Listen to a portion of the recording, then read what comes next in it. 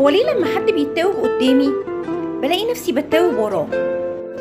عمرك لاحظت انك وانت قاعد قدام حد بيتاوب بتلاقي نفسك بتتاوب بعده؟ يا ترى ده سحر ولا طاقة ولا حاجة بتحصل في المخ احنا مش عارفين ايه هي؟ طب ما تيجوا نعرف. اللي بيحصل ده اسمه عدوى التثاؤب، وده له علاقة بخلايا في المخ اسمها الخلايا العصبية المرئية.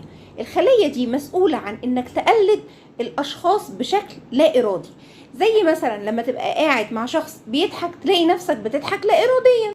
لا، خدوا بقى الاغرب من كده، انت بتتاوب اكتر لما بيكون الشخص اللي قدامك واللي بيتاوب قدامك شخص انت بتتعاطف معاه او بتحمله مشاعر حب او عاطفة معينة. يعني مثلا لو ابنك او جوزك او بنتك او حد من صحابك او مراتك